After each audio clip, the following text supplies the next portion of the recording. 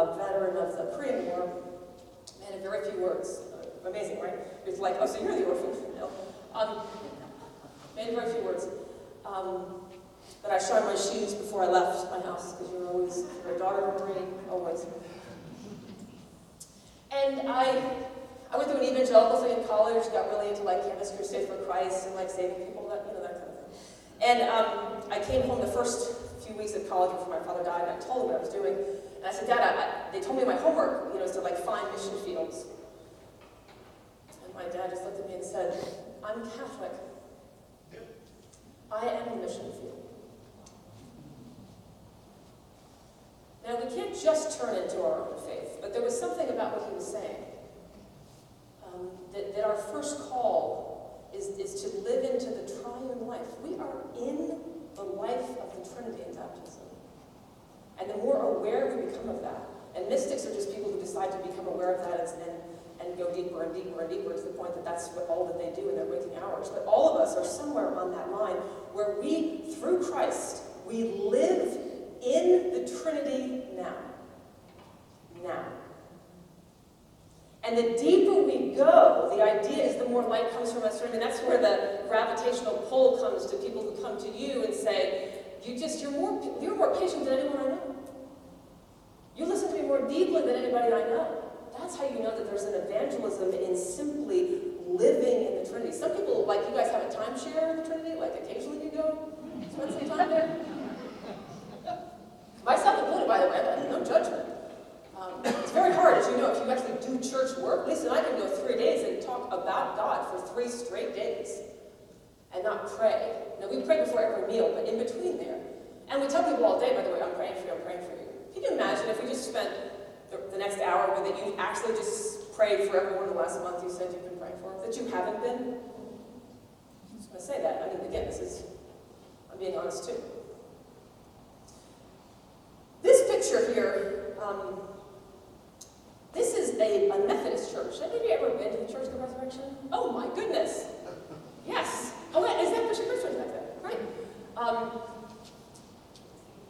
This church is large. Bishop Gretchen, you've sat in the sanctuary then. They have a conference once a year, by the way, and during COVID it was online. I went a few years ago with, I was a canon on the bishop's staff in Washington with Bishop Mary Ann Buddy. And we went to this conference, and she loved it so much, she came home and started telling other bishops she knows who kind of are this way, and who want to just think about being the church in the 21st century.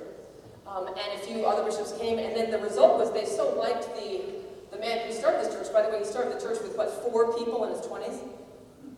But he's one of these people who hasn't fallen from grace. Does that make sense? Adam Hamilton is looking toward retirement now, but he and why I want to use this example is they're Methodist. I mean, they have Eucharist, and does that make sense? Like, this is not a mega church that's a non-denominational church. This is kind of as close to us as you can be. Does that make sense? Their polity, their liturgical life. So people like me, I don't want to speak for the bishop, but one of the reasons I enjoyed it was this was really kind of an ecumenical conversation with other sacramental Christians or liturgical Christians or whatever word you want to use. So Adam Hamilton is just an incredible, incredible person of integrity, which is the only way you can be in charge of a church for 30 years and not just scandal-free. They have 220 full-time staff people and 2,000 volunteers. They have 5 campuses now. And this sanctuary that I showed you seats 3,000 or 4,000. And then again, it started with 2 friends and 2 family members. Why am I showing you this picture? For a very specific reason. I believe the future of our church is small congregations. That's also what's happening.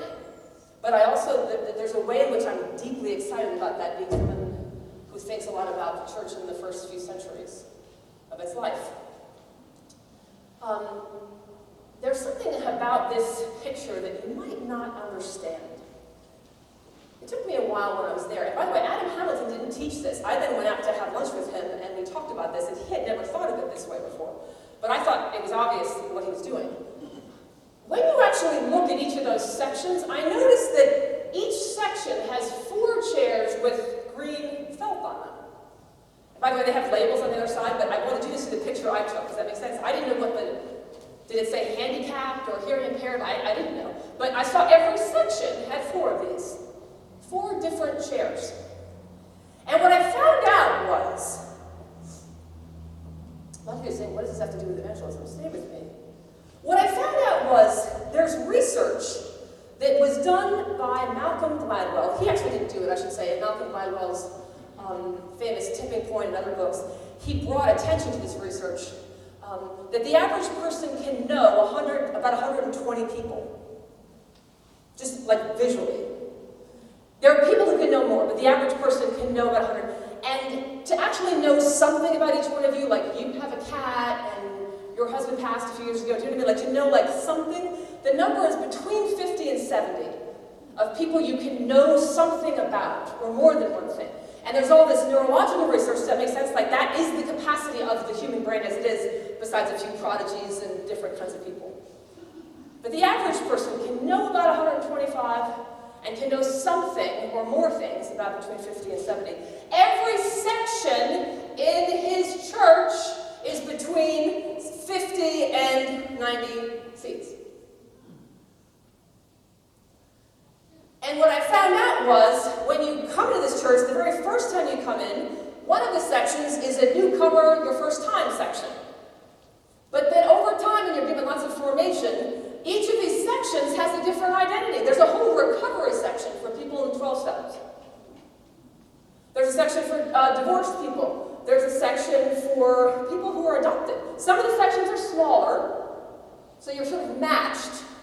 And when a section grows too large, then they move it around. But the entire church is sections, and the 4 chairs are the 4 ministries in every section. There's welcome, prayer, formation, and pastoral care. These are all lay people. For 1 year, you sit in front of them and watch them do it, and then the second year, those people move here and they do it. By the way, then these people go back to the section and move. It's a constant cycle of forming lay people. Because those are the 4 ministries. During the week, all your publications, everything comes to you as your section. You're allowed to switch sections, by the way, anytime. Some people are not into this at all. There are sections for non-section people. And there are also those 4 lay ministers, though, in those sections. They have retreats 4 times a year for each of those roles. And who goes on that retreat are not the poor people that have it, but the person that had it last year and the person who's up to have it next year. So everything is people learning from each other, a constant ecology of the rotation of the gifts of ministry. No one is ordained in the whole system of caring for the section. What I love is that the average section here is between, 50 and 70.